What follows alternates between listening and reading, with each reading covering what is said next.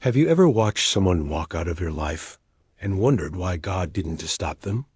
You prayed for the relationship to heal, for the friendship to survive, for the connection to remain, but heaven stayed silent. And in that silence, your heart cracked open. You thought you were losing something essential. But what if the very thing that broke you was the tool God was using to build you? What if his silence was not abandonment, but the gentle sound of pruning shears in the hands of a loving gardener? Today, you will understand why God sometimes removed people from your life, and why it may be his greatest mercy. When God begins to remove certain people from your life, it rarely feels holy. It feels personal. It feels painful. It feels like the unraveling of something you depended on to survive. But Scripture shows us that separation is often a divine strategy, not a rejection. God prunes, redirects, and even disrupts relationships to protect you, to refine you, and to prepare you for a purpose you cannot yet see. In this video, we will explore the spiritual reasons behind these painful departures, the pruning that produces fruit, the protection you didn't know you needed, the calling that requires solitude, and the hidden mercy of God's redirection. Each section will help you see your losses through the eyes of heaven and reclaim peace where confusion once lived. There are moments when you pray for God to hold something together, yet it still falls apart. You ask him to mend the relationship, to soften a heart, to restore a bond, and the opposite happens. It feels as though your prayers hit a ceiling and return unanswered.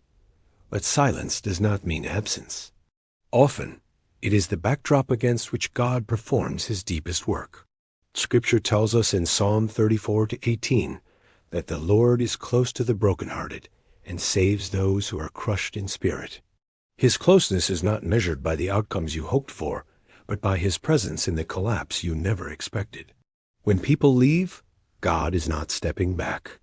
He is stepping closer, guiding you into a season where dependence on him becomes deeper and more authentic. The breaking you fear may actually be the boundary God is setting, the line he draws between what once was and what cannot go with you into what he is building next.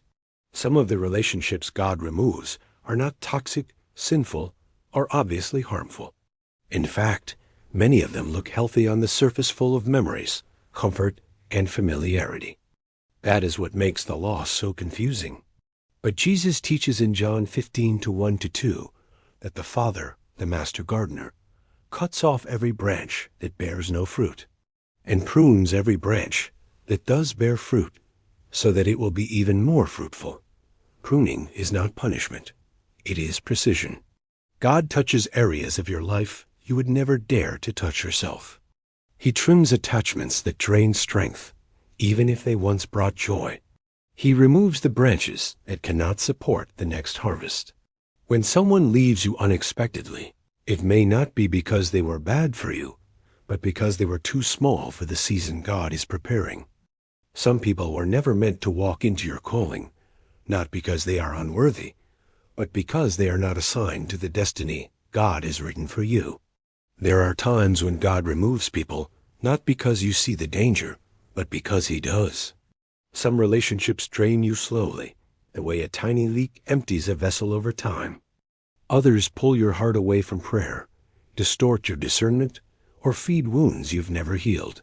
You may not recognize the harm, but your Father does, and he loves you too much to let you stay bound to what suffocates your spirit.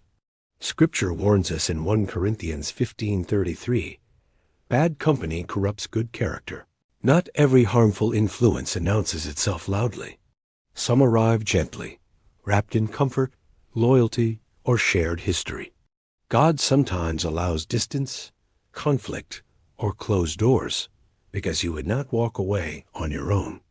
Think of Abraham in Genesis 12:1, where God called him to leave everything familiar to enter a new destiny. Separation was not a loss, it was a doorway. In the same way, the departure you fear might be the protection you prayed for without realizing it. There are seasons when God allows people to leave so that you finally meet the version of yourself he has been shaping all along. As long as you leaned on their approval, their presence, or their strength, you could not fully lean on him. When they walked away, it felt like the ground beneath you disappeared. But what if that empty space was actually holy ground, an invitation to discover who you are when nothing and no one defines you but God himself? The Lord speaks in Isaiah 43:8-19. Forget the former things. See, I am doing a new thing. New identity rarely grows in crowded rooms. It grows in wilderness places where the noise fades and your soul becomes quiet enough to hear God's whisper. Consider Job, stripped of relationships, reputation, and comfort. Yet through loss, he discovered God in a deeper way than he ever knew. Sometimes the absence that breaks you becomes the very environment God uses to rebuild you. Some departures hurt so deeply that you assume they can only be the enemy's work. But Scripture reveals a pattern. God often uses pain to propel his children into destiny. Joseph is the clearest example. Betrayed by his brothers, sold into slavery, falsely accused, and forgotten in prison, yet every wound was a step on the staircase of purpose. What felt like destruction was actually direction. Joseph later declared in Genesis 50-20, "You meant evil against me, but God meant it for good." The people who wounded you may not have intended to shape your calling, but God can weave even their failures into your future. Sometimes God allows betrayal because comfort would have kept you stagnant. He permits heartbreak because you would have settled for a smaller life.